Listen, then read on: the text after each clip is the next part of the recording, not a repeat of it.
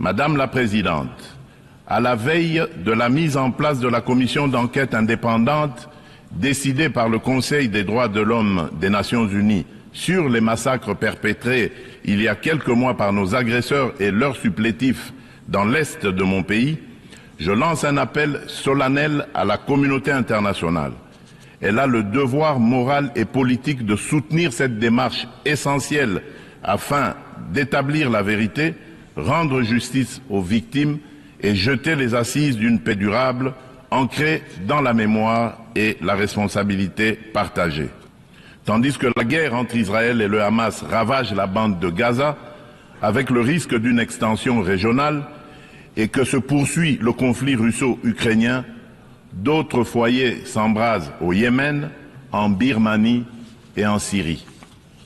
Le conflit armé qui perdure dans mon pays en est une illustration tragique.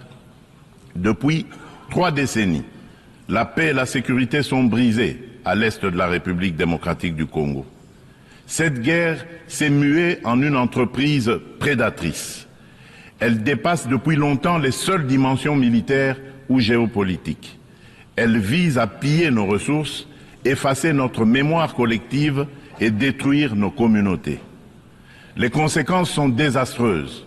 Des millions de morts, des familles décimées, près de 7 millions de déplacés internes, femmes et enfants pris pour cible, des villages rayés de la carte, des générations sacrifiées. Dans plusieurs régions de l'Est, tous les marqueurs d'un projet d'extermination sont réunis. Les Nations Unies elles-mêmes, à travers le rapport Mapping, ont documenté l'ampleur des atrocités.